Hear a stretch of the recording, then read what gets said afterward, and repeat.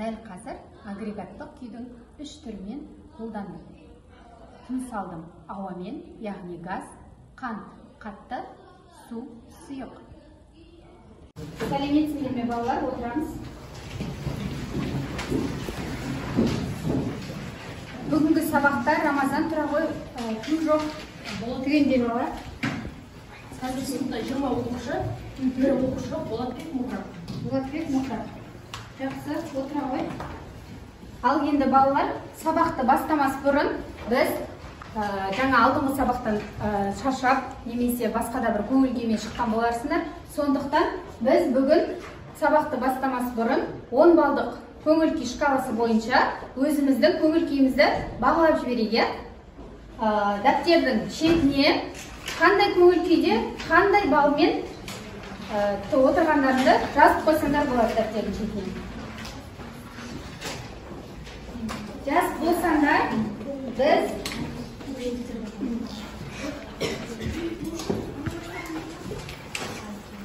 сабақты бастамас бұрын сендер өткен сыныптарда жаратылыстану пәні бар, басқа да физика пәні бар, география, әртүрлі осы жаратылыстану ғылымдарында өткен білімдерің бойынша осы мына сұрақтарға жауап беріп көрсек. Бірінші, бізде мына виртуалды зертхана әдісі бойынша бізде отыр деген су, яғни сендерге мен сурет көрсетем, ол осы бойынша өздерің ойларында айтсаңдар. Бірінші, су, судың міне орналасуы. Бірінші, солид деген ол қатты түрі, ликвид деген сұйық, үшінші газ. Осы бойынша қандай өз ойларында айтсаңдар. Біріншісі міне, екіншісі, бұл жерде бізде жоғарыда температура көрініп тұр, температураға байланысты кім қандай өздерінің ойын айтады өткен сыныптағы білімдеріңді тексеру мақсатында. Айта ғой, Нұрдәулет? Үшінші сурет бойынша айтайыншы, газ. Газды айта ғой, жарайды, жақсы. Газдан бастап.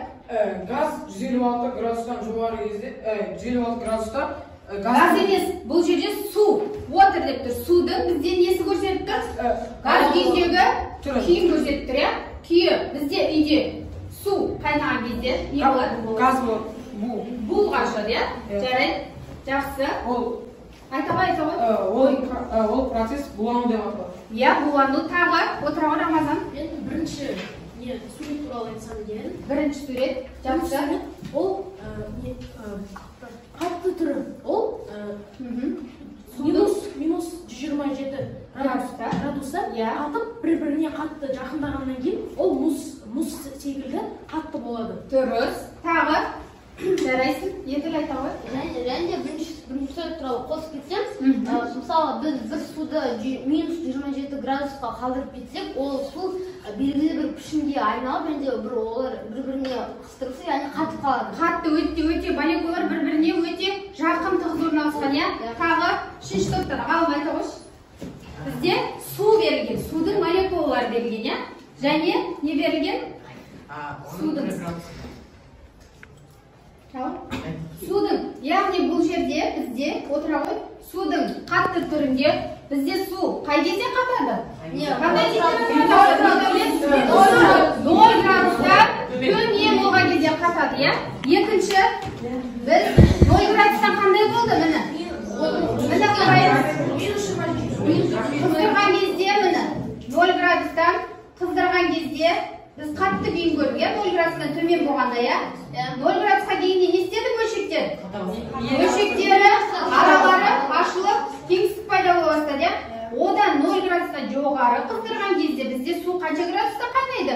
100 градуста қайнайды. Яғни 100 градуста қандай күйге көшеді? Газ тәрізді буланады. Үйде шәйнекке су қойған кезде не болады? Буланады. Қайнаған кезде буланып буға ұшады. Яғни судың біз бұл күйіндегі түрін көреміз, отыра ғой.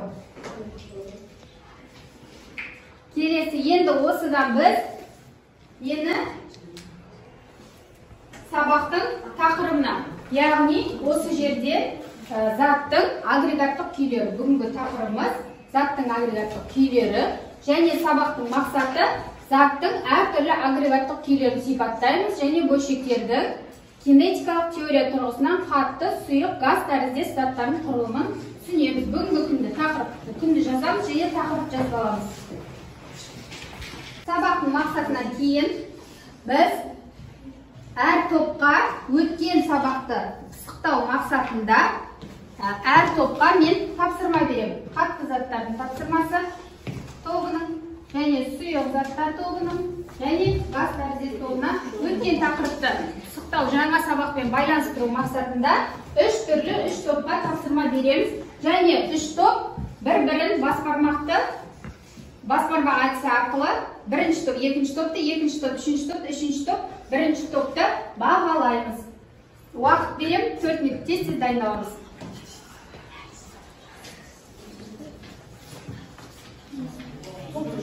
Я топтығымыз ақылдасып.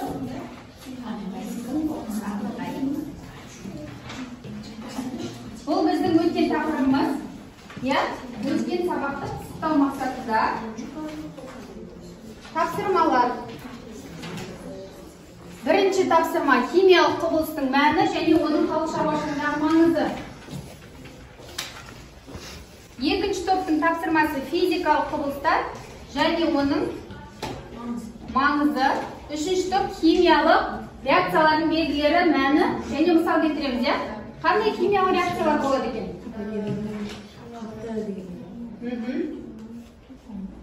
Тез дайындаламыз. Қай топ дайын? Дайын болса қолымызды көтеріп жауап бере береміз. Химиялық құбылыс дегеніміз тұрмыз.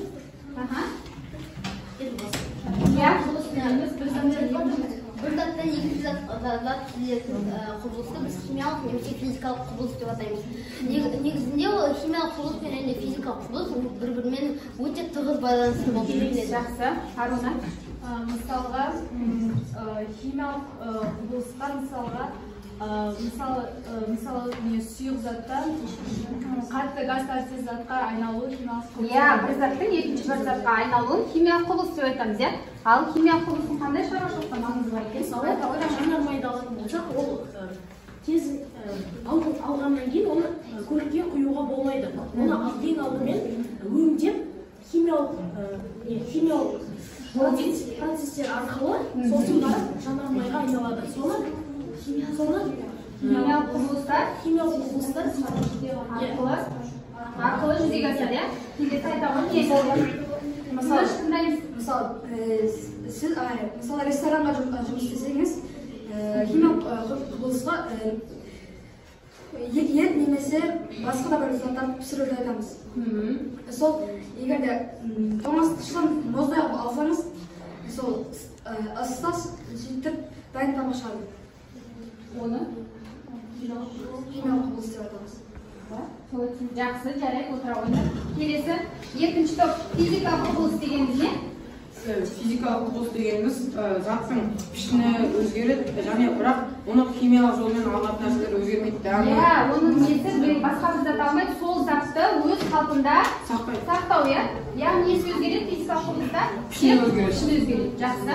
Мысалы, су буланғанда молекула аралық байланыс үзіліп, олардың арақашықтығы үлкейген мен молекулалар өзгеріске ұшырайды.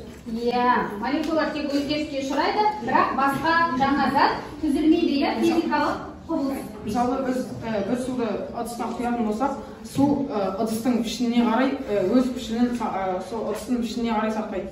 Тек басқа бір ыдыстан өзінің пішінін сол екінші бір ыдысқа сақтайды. Сосын тағы?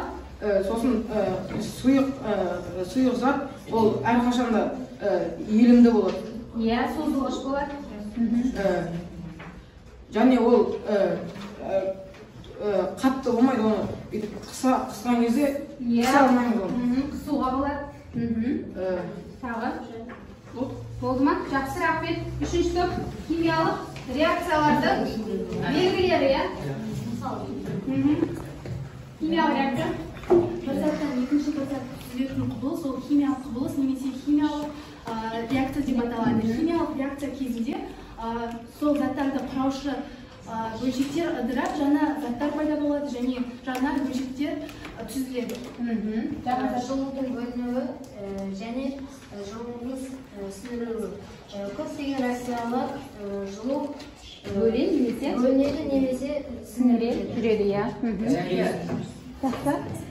заттар негізі ерігіштігі көп болып, олардың процесі тезірек жүреді. Және де газды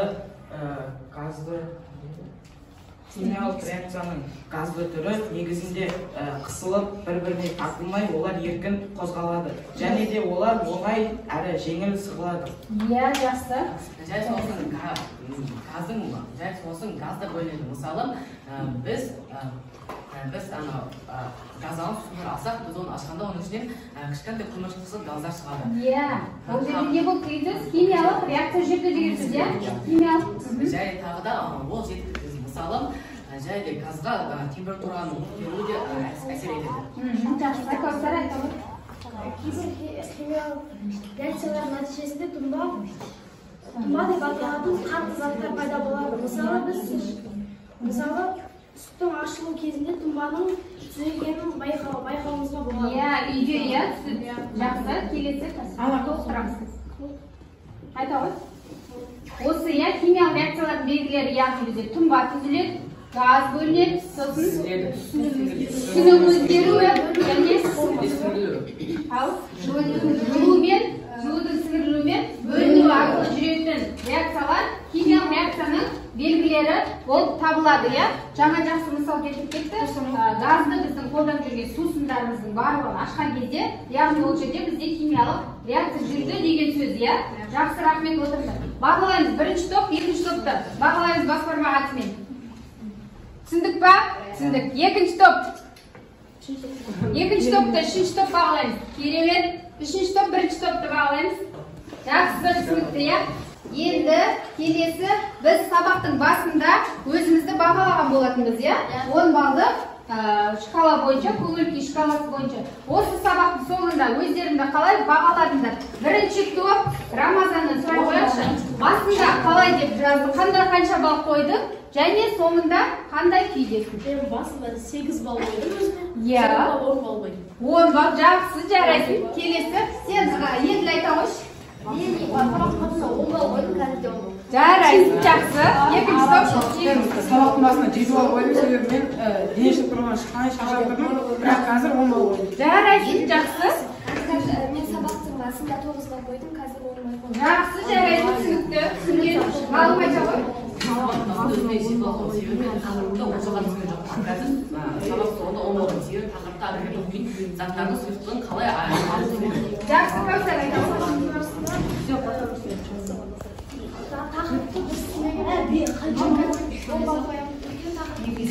Басында қанша балл қойдың?